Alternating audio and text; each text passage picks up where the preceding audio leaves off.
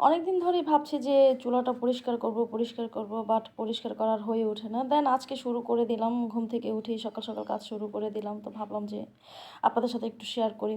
তা আমি চুলাটা ভালো করে ধুয়ে মুছে নিচ্ছি। একদমই চুলা খুবই বাজে অবস্থা হয়ে আছে।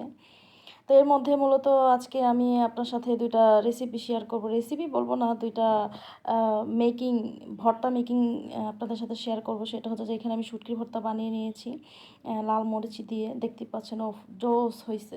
খুবই সুন্দর দেখতে যেমনটা সুন্দর, খেতেও কিন্তু ততটাই টেস্ট ছিল। খুবই ভালো লেগেছে। তো এই পর্যায়ে এখন আবার আমি একটু কালো জিরার ভর্তাটাও বানিয়ে নিব। আপনাদের দেখিয়ে দিচ্ছি। এখানে মরিচ নিয়ে নিছি, দেন হচ্ছে আ আ রসুন, তারপর হচ্ছে কালো জিরাটা বেটে নিয়েছি। সব কিছু দিয়ে আরকি লবণ-টবণ সব কিছু দিয়ে বানিয়ে নিয়েছি। দেখতেই পাচ্ছেন কতটা লোভনীয় হয়েছে। আর ভর্তা পাগল, মানে ভর্তা পছন্দ করে না এরকম লোক মানে নেই বললেই চলে। আসলে ভর্তা যেই কোনো সময়, যেই কোনো জায়গায় খাওয়া যায়, খেতে খুবই ভালো